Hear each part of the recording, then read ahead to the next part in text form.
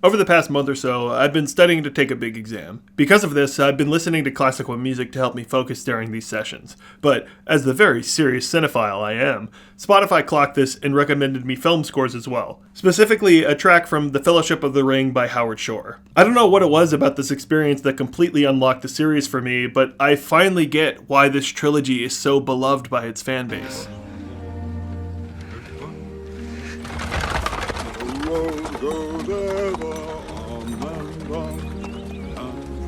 For context, I've only ever watched these films once my freshman year of college, more so out of obligation because of how well regarded they are, and I love them quite a bit, but definitely didn't feel the same way I did about Lord of the Rings as I did, say, Star Wars. To illustrate this a bit more, my partner is a big Lord of the Rings fan, and when we watched Fellowship of the Ring together just yesterday, I'd get all these fun facts that expand on the lore of the series or behind-the-scenes production choices, and what I offer in return was, "Whoa, hey, that's Sean Penn!"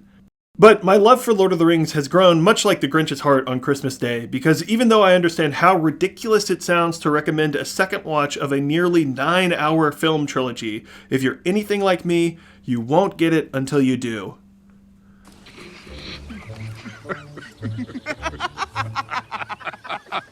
It's wonderful to see you, Gandalf!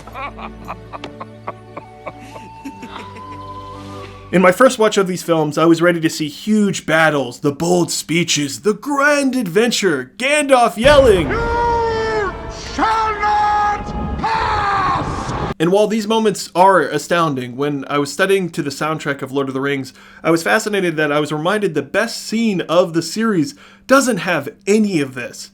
In fact, nothing really happens in my favorite moment of the series. The song I was listening to, if it wasn't clear already, was The Shire, and upon reflecting on the series as a whole, I went from really liking Lord of the Rings to thinking, hot take, maybe this is one of the best films ever made. I think in part because of the fantastical whimsy of the song, but more importantly, I was completely recontextualized on what the point of any of this grand adventure was in the first place. Not to put two IP baddies against each other again, but where Lord of the Rings and Star Wars differ is while Luke is defending the galaxy, there's really nothing for him to go back to once it's saved. While in Lord of the Rings, we are immediately shown what the point of this mission is to protect. Without such an accessible feeling of place that is the Shire or an immediate connection between Frodo and Gandalf, the film just doesn't work because with every second thenceforth, you're reminded what is at stake if the Fellowship isn't successful on their quest. There's a phrase I was remembering while writing this. It's not the destination, it's the journey. And what makes me now love Lord of the Rings so much more is while it is certainly about the journey, it's for the destination.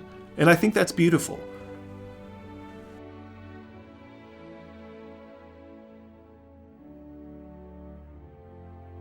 This video was made for the Video Essay Library Video Jam, a collaboration of over a dozen video essayists making something in under 48 hours. It was really fun to experience a bunch of different creators making things in such a short amount of time, and all the different perspectives and approaches on making that restriction work for them.